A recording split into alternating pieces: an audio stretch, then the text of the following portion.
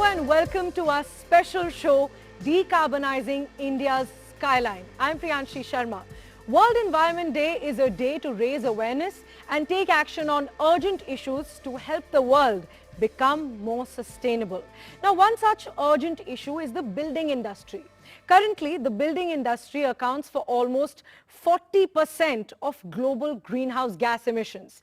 That makes decarbonization more challenging.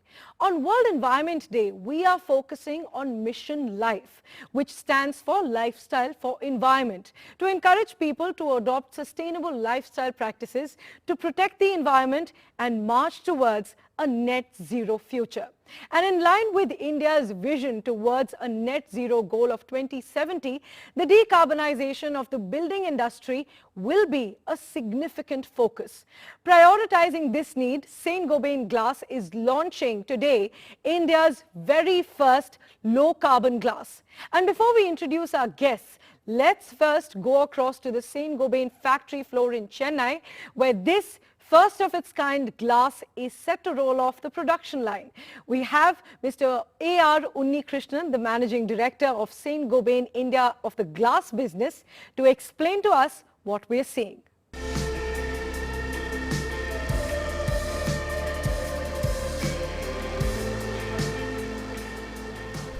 Thank you.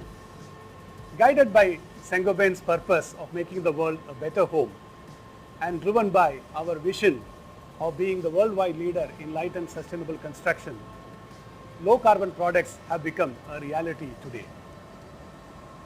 It's not a coincidence that India's first low carbon glass is being produced on the World Environment Day. It is thanks to sustained effort from Saint-Gobain to contribute to the Indian construction industry. The building materials of the future would really need to be low carbon if India has to achieve its carbon neutrality goal by 2070. This product from Saint-Gobain will surely accelerate this vision and will actively contribute to light and sustainable construction in the country. What you have here is the melting pot of our sustainable existence, the furnace where glass is made. This product is one of its kind, with estimated 40% reduction in carbon footprint compared to the products available today in the market.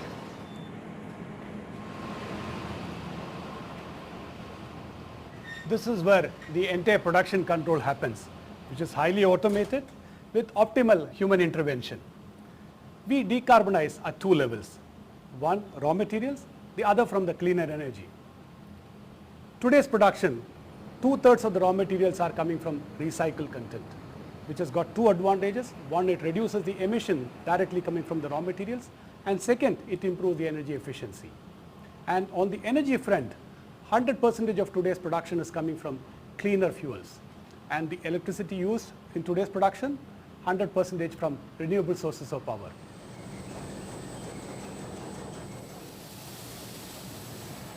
If India has to achieve carbon neutrality by 2070, the buildings of future would need to be carbon neutral. There are two types of carbon, operational carbon and the embodied carbon. Thanks to research and innovation in the energy efficient coated facade glasses, we have made significant progress on the operational carbon. The focus therefore has to be on the embodied carbon. I am sure this low carbon glass is going to significantly contribute to making the future skyline of India extremely carbon neutral.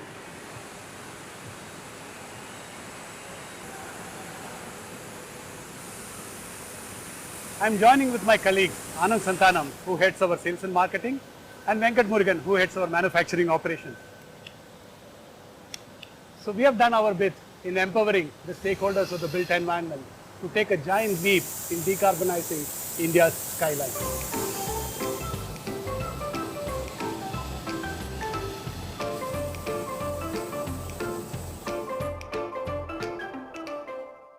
Well, Mr. Unni Krishnan joins us now on the panel discussion, and we also have with us leading experts of the country to talk about the future of decarbonized building materials. We have with us Padma Bhushan architect, Mr. Hafiz Contractor. We also have Mr. Shabir Kanchwala, the Chief Sustainability Officer at K. Raheja Corp. We also have Ms. Deepa Satyaram, the Executive Director of EN3 Sustainable Solutions. Along with that, we also have Mr. Gurmeet Singh Arora, the Chairman of Indian Green Building Council. Thanks very much, ladies and gentlemen, for joining us on the broadcast. And a decarbonized world starts with decarbonized design. So, Mr. Hafiz Contractor, I would like to start with you on this by asking you, what role should designers play for a decarbonized Indian skyline? I look at glass as the material of the future, and the way our country and with the population and how much of urbanization has to come about, buildings will be going higher and higher. And the more use of glass, I see it happening more and more. So if this kind of a decarbonized glass is produced, we will be using it more. And that will definitely help, because when you go high, we need buildings to be lighter so that it can withstand earthquake. And finally, everything is about economy. We have to, for housing our population, we have to go high, and we have to make our buildings cheaper. So this initiative of this kind of a glass will help the industry tremendously, because India is going to be getting much, much more urbanized. So I welcome this move from Saint-Gobain, though there are many, many more things that they could do as far as the glass and the external envelope is concerned. Right. But this is not important. Thank you. Right, and of course, as they say, well begun is half done already. So on that note, coming to you, Mr. Kanchwala, next. We are at a point in time where the pace of building, of the built environment is exponential. So as a leading developer of the country, how do you see the pie of decarbonized buildings increasing? Thank you. So, K. Raheja Corp, we've been in this business since 1956, and we were the first ones as a developer to go green way back in 2006 when we signed a MOU with CI, Indian Green Building Council, that whatever we construct would be a green building, it's a green home or a green mall or a green IT office or a green hotel. Having said that, if the developer ends up looking at the ROI only, then it's something which we as a company, we decided that cost is not the only factor which controls the sustainable building construction. So it is the future of our children. It is the future of the planet which is at stake. So if we construct buildings which use less power and less water, we obviously end up drawing less power from a coal-based power plant and less water from the natural resources, which in our country like India is also scarce. Having said that, there is a lot of togetherness now in the building industry and sustainable construction. A lot of this thanks goes to CIIGBC for having propagated this from 2006. So with these billions of square feet of sustainable buildings which are happening, obviously something which we all like to see is a building which uses less power and less water and works towards decarbonizing. Right, those are very important statements you're making there, Mr. Kanchwala. And in this pursuit of being responsible and creating an ROI for the future, building materials are cornerstones. So, Mr. Unni Krishnan, how can Saint-Gobain glass contribute to this cause? Thank you, Priyanshi. India's goal of achieving zero carbon by 2070 has to be seen in the context of the rapid urbanization, which our architect Hafiz Contractor also alluded to, that we would be witnessing over the next few years. The higher contribution of service sector to the Indian economy, which means more commercial buildings, and the housing needs of a younger India means a lot of construction in the coming years. So therefore, the built environment would need to have strong and definitive action on decarbonization if the country has to achieve its net zero objectives.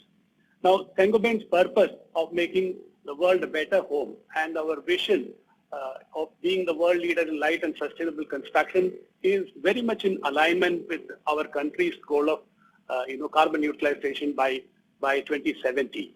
Now, buildings of today and tomorrow need products that are really low on embodied carbon and also reduce the operational carbon footprint.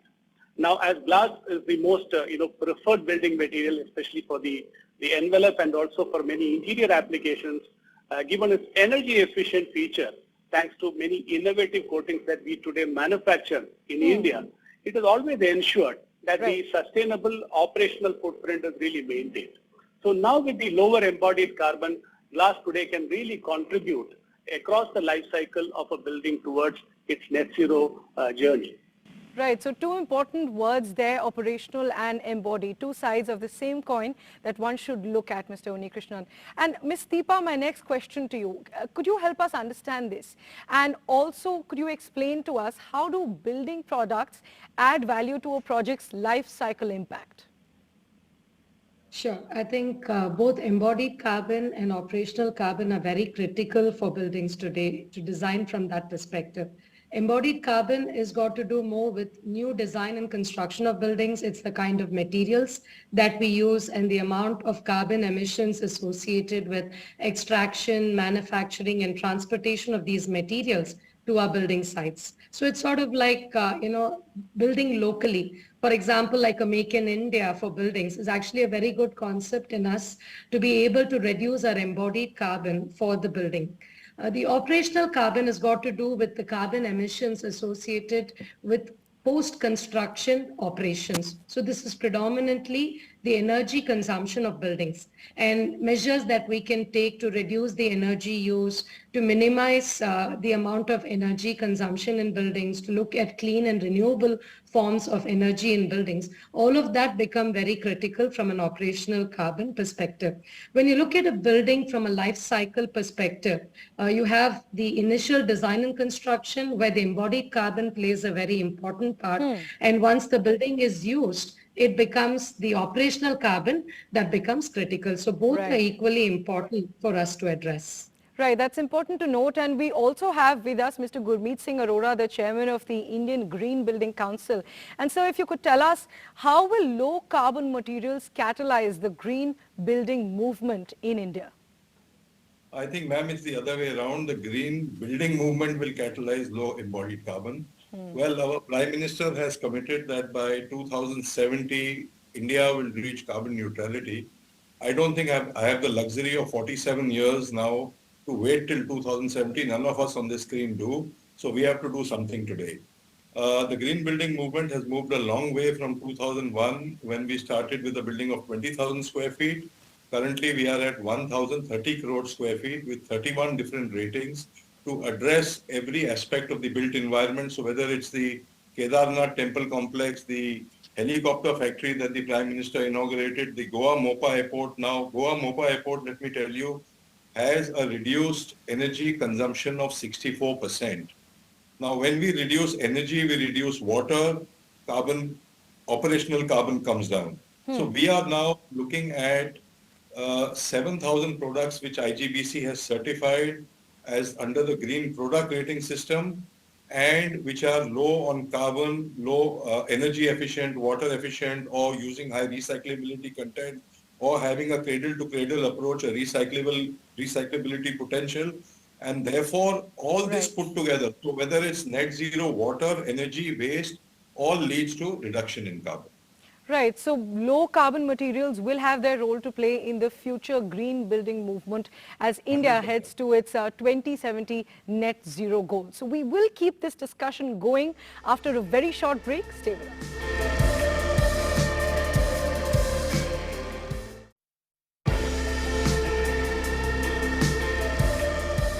Welcome back. back. You are watching a World Environment Day special, Decarbonizing India's Skyline. We're joined by special guests on the broadcast. We also have with us Padma Bhushan architect, Mr. Hafiz Contractor. And Mr. Contractor, where do you see products like low carbon glass fitting into the net zero building design? Low carbon glass, as I see it, and if all the claims are what Saint-Gobain is saying it, I think it can become material which can be the material of the future. And as I said it, that all our buildings and urban areas are going to be much, much more intense, so they will be going higher. We will need the cladding material which has to be lighter. In that, a low carbon glass would play very important role, because I would like to repeat again, we have to take care of our land, and to house our population, we'll have to go higher. So the glass will play a very important role, and a low carbon glass will definitely help tremendously in achieving net zero, though there are many, many more things, materials and systems to be adopted to achieve net zero. It won't be, but it will definitely help tremendously. We've been talking about the embodied and operational footprint of a building. So currently, what is the ratio between the two, and where do you think this will shift to in the future, given the focus on low carbon and net zero? When you look at a life cycle of a building, which is probably 50 to 60 years, the embodied carbon still has a smaller percentage because it's focused with the new material in the design and construction phase. So the ratio is about 20% embodied carbon to about 80% operational carbon, because you're going to operate that building throughout the lifetime and it's going to continue to emit carbon emissions. But this embodied carbon has a very critical role to play. Fundamentally, because if we don't get low carbon designs in place, that's also going to long term impact the operational carbon of the building. So they are sort of interconnected. So it's not like I can ignore embodied carbon and just focus on operational carbon. We need to look at it in totality. We need to look at the life cycle of the building in general. And low carbon materials play a very important role. Right. So we need to look at the larger picture there while focusing on building. And Mr. Kanchwala, coming to you next, your firm has been a pioneer in developing sustainable buildings. So how do low carbon products, according to you, fit into your scheme of things? So our focus has always been, what next after green building. So we've worked on the entire circle of sustainability, namely whether it is net zero buildings, whether it is, we are signatories to EV100, RE100, RP100 of the climate group. We also work extensively with the ESG part, one of the first developers in India to have worked on the ESG and the sustainability report. So we try and do that, and we've been recognized with more than 16 national and international awards. Having said that, low carbon products like Saint-Gobain, we've been using Saint-Gobain products for a long time, from the time they've set up the factory in Chennai. And obviously, a glass which allows only the light in and not the heat in is going to reduce your consumption of air conditioning, which in turn will reduce your power. So you mentioned about 40% of building, emitting greenhouse gases. A large part of that comes from air conditioning, and a large part of that would reduce if you have such glasses in place to be used. Right. Well, that must be music to your ears, Mr. Gurmeet Singh Arora. So how do you see green building ratings accommodating low carbon products? Well, on 22nd of April 2021, the CII Indian Green Buildings Council committed to go net zero on water, waste, energy and carbon. And we have come out with ratings for net zero energy, water and waste, and a framework rating on carbon, also on embodied carbon, and the products that we use in buildings. Currently, there are 305 firms, large corporations like Saint-Gobain, who have signed up to go net zero, not only in the manufacturing, but all their products. And every product of Saint-Gobain's portfolio currently is certified under the green products rating of the CII-IGBC. As I told you earlier, we have more than 7,000 products, and we look at embodied carbon in a product, or energy efficiency, or water efficiency, where which contributes to the carbon emissions, obviously, either in the manufacturing stage or in the or in the operational stage. So currently, buildings today, because of using green certified products with low embodied carbon, a residential building costs less if certified by IGBC than a similar building that you build. Right. There is a cost difference of 1 to 3%, and a commercial building only costs 1 to 3% more, but the operational cost comes down by more than 50%. Right. So it makes business sense to go green. It makes business sense to use low embodied carbon products. Right. Very interesting to note that. And we're going to leave the last word on today's discussion on decarbonizing India's skyline to you, Mr. Unnikrishnan. Over to you, your closing remarks. Yeah, thank you. I think our Honorable Prime Minister's vision of net zero has really rallied the entire industry. As you could see, we saw today most of the stakeholders on the construction industry have very robust ESG mandate and are focusing on the net zero. The voluntary need for sustainable construction and green buildings is really increasing by the day, and the government is also really catalyzing this process by much stronger regulations, as we see. So I'm really glad to note that the green building councils are proactively setting to give low carbon products their due, and this is really the sweet spot for building materials manufacturers like us, who have always been ahead of the curve, serving the markets for sustainable construction. So we have been the first mover in providing solutions that have put sustainability at the core. And the low carbon glass too will be no different at all from that point of view. And this product will now be integrated as one of the glass offerings for building envelopes across, and which will really drive the shift towards sustainable skylines and therefore also drive towards net zero India by 2070. And for us at Saint-Gobain, I think this product will amplify our journey towards net zero by 2050. Right. Well, that brings us to an end for this show. Thanks very much, ladies and gentlemen, for joining us. This has been a very enlightening discussion for all of us, and I hope for our viewers as well. And even with all of these challenges we've discussed, it is possible to decarbonize India's skyline. We just need intent and responsibility. That's the message that's loud and clear. And of course, we need the right building materials. Thanks very much for watching. Goodbye. Thank you.